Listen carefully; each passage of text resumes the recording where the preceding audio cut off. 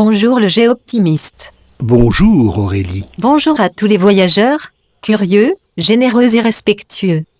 Nous sommes à Blain, en Loire-Atlantique. La commune se trouve sur le canal de Nantes à Brest, où nous allons faire une rencontre surprenante.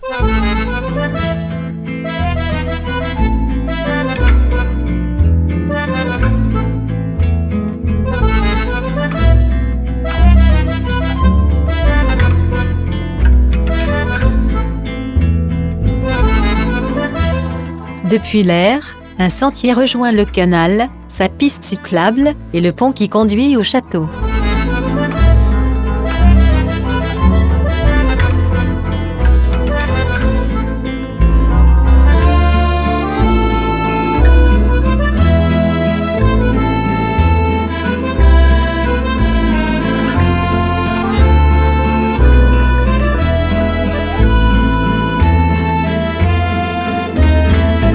Construit au XIXe siècle, le canal de Nantes à Brest traverse la Bretagne sur presque 400 km et compte 238 écluses.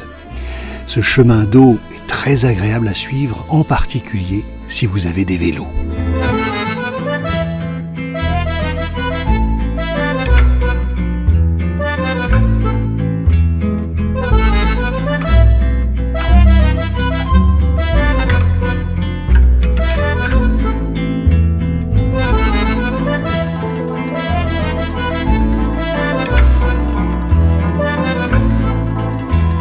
Le château de la Groulay est une forteresse médiévale.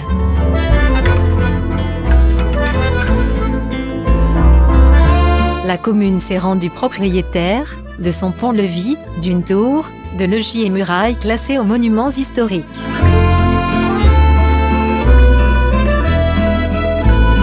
La visite est libre et gratuite et à l'intérieur du château, il y a même une exposition permanente consacrée au début de l'imprimerie. Gutenberg, ça vous rappelle quelque chose ?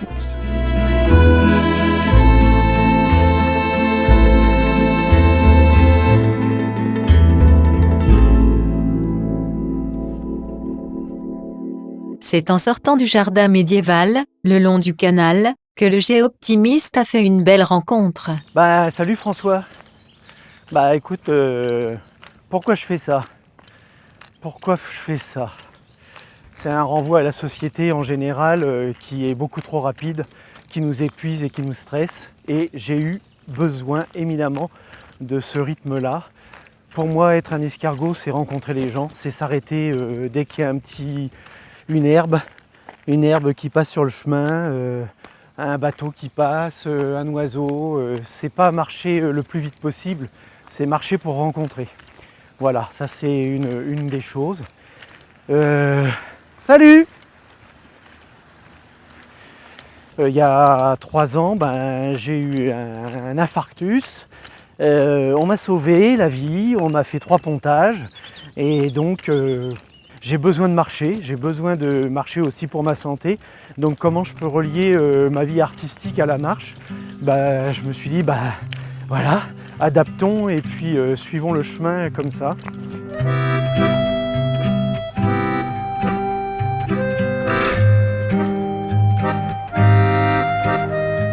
Une autre raison, c'est que y a eu le confinement.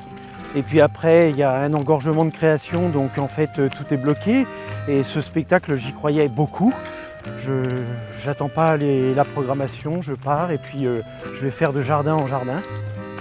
Et puis je vais rencontrer les gens.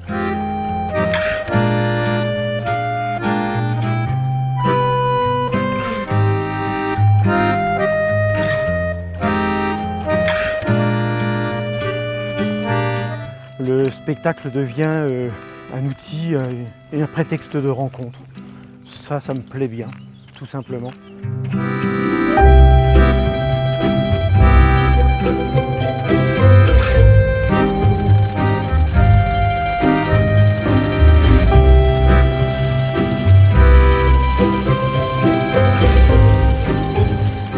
La première image que j'ai eue en remarchant ce matin, c'est que je voyais tous les ouvriers, tous les mecs qui s'étaient défoncé la couenne avec les pelles, les pioches pour creuser ce canal. Et j'ai l'impression qu'ils sont là, je les vois. Je les entends taper, je les entends bosser, suer, transpirer, crever. Ils n'étaient pas si bien payés que ça en plus. Et secrètement, j'ai une petite chose à faire, c'est dire un poème à la mer en arrivant. Voilà.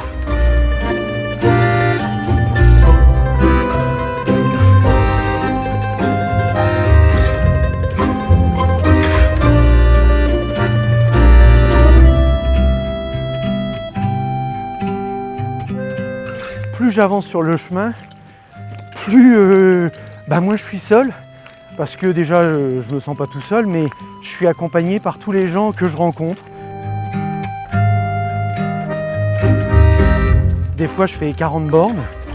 Et en fait, je sais pas que j'ai pas senti les 40 bornes, mais comme j'avais pas l'intention d'arriver à une heure précise, je m'arrête. Donc, je peux partir à 7h du matin, arriver à 10h le soir, avoir fait mes 40 bornes. Mais en fait, ce qui m'a fait avancer, c'est les petits arrêts, les petites discussions avec les gens qui te donnent de l'énergie, qui te donnent un éclat de rire, qui te donnent un échange sur la vie et qui fait qu'en fait tu refais 2 bornes, 3 bornes, 5 bornes et puis tu rencontres quelqu'un et puis c'est ton carburant en fait. Le carburant, c'est la rencontre des gens sur le chemin.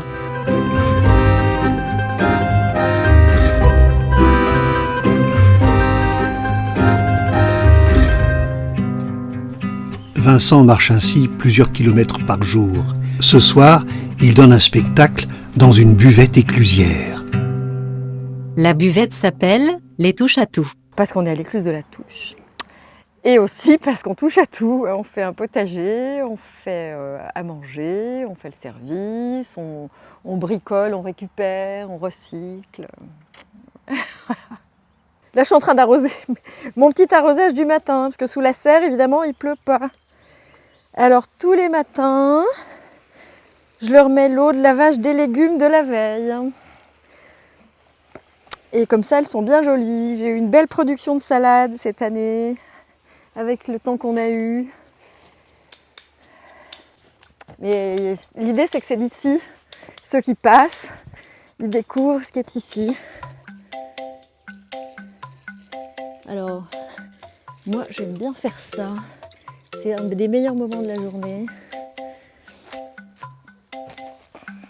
Là, on commence à avoir des tomates. Qu'est-ce qu'on mange? Des fleurs de capucine. Ça se mange. C'est surtout très joli. Mais on les met dans les assiettes et il y a plein de gens qui les mangent, en effet. Ouais. Donc, comme on met dans les assiettes que des trucs comestibles. Et qu'est-ce qu'on mange? Eh bien, de la tarte à l'ortie, c'est un des... Parce que la première année, le potager n'avait pas poussé, bien sûr. On est arrivé en mai, il n'y avait pas beaucoup de légumes, mais il y avait beaucoup d'orties. Alors, comme l'idée était de valoriser ce qu'il y avait sur place, on a fait des tartes à l'ortie. Et ça reste un des musts de la maison. On mange, oui, c'est ça, des tartes aux légumes du jardin, des salades, des gratins. On fait des gratins de courgettes aux chèvres parce qu'on a plein de courgettes. On fait des tartes aux fans de radis quand il y a plein de radis. On fait des choses comme ça. Et donc le public, ce sont quoi? Des cyclistes, des randonneurs? Alors il y a beaucoup de cyclistes, surtout en été, parce qu'ici c'est une route européenne qui passe là au bord du canal, l'Eurovélo 1. Et puis il y a aussi des randonneurs, c'est un chemin de Saint-Jacques, donc ceux-là on les voit plutôt au printemps. Et puis de plus en plus, il y a les voisins aussi qui viennent à pied, qui viennent en vélo, qui viennent en bateau, ça c'est vraiment plaisant. Marie-Joëlle et Yvan sont aux petits soins. Ce soir, la buvette a fait le plein pour le spectacle itinérant de Vincent.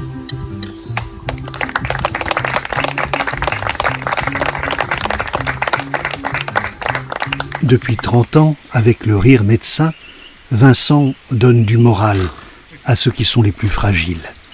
Dans son dernier spectacle, Le Maître Mot, il poursuit sa quête du râle. C'est un long chemin que d'apprendre à bien râler.